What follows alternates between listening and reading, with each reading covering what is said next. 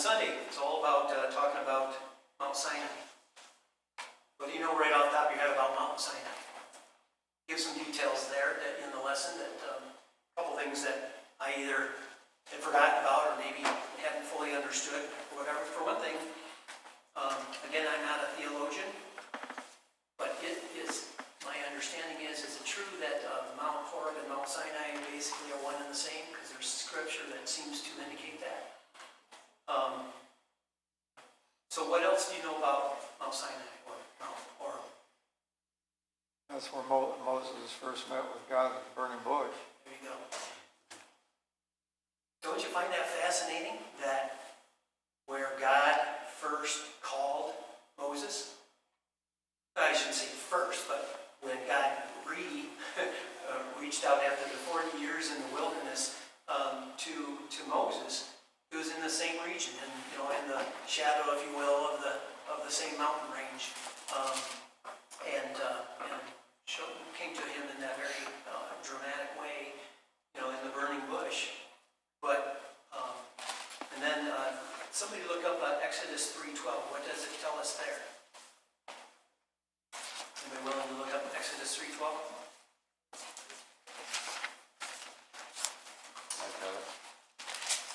Exodus chapter 3, verse 12. And he said, I will certainly be with you, and this shall be a sign to you that I have sent you.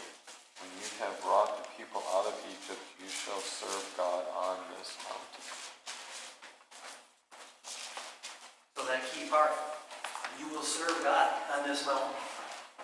God was pre-telling Moses that you're going to return here.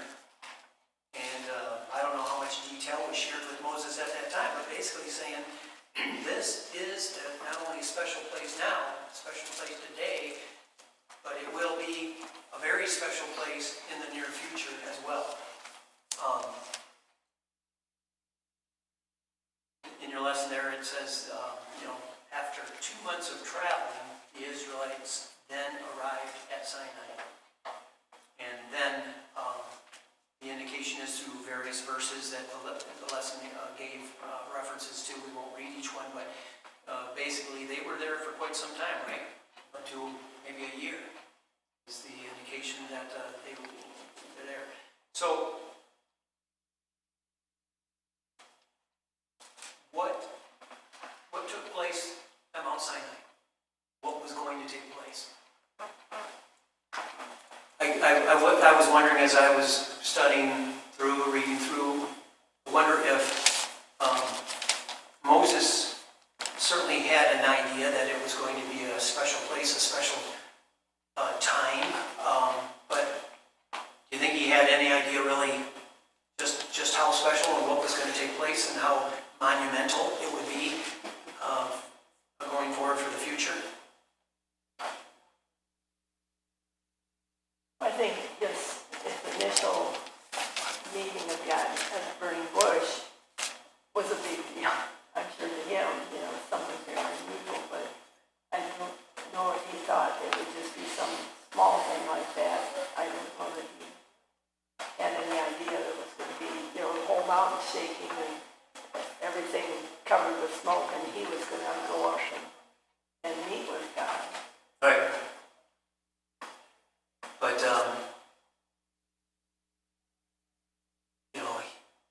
the one thing we know is that Moses had really, during that 40 years, he was a completely different man than the man that fled from Egypt. That God had gotten his heart. God had really been speaking to him for all those years, and he was fully committed. And we all know the story about, which was covered a little bit over the last couple of weeks, but even then, Moses was resistant to do what God was asking him to do. That gives me a little peace that, in spite of the fact that whether, I'm making that effort to meet with Jesus daily, to grow my relationship with him, that insecurities are a normal human thing. When God asks us sometimes to do things that very much bring up sometimes the human insecurities that we all have. That I don't think necessarily are bad, you know. Sometimes if we're too confident, then maybe that means we're too proud as well. But Moses was willing to be used. I want to go back just a minute before we turn the page here, but as the bottom of the lesson Sunday there, it says, it was talking about, you know, to be a holy people dedicated to God and to reveal His character to others, especially to the nation of. But they were also called to function as a kingdom of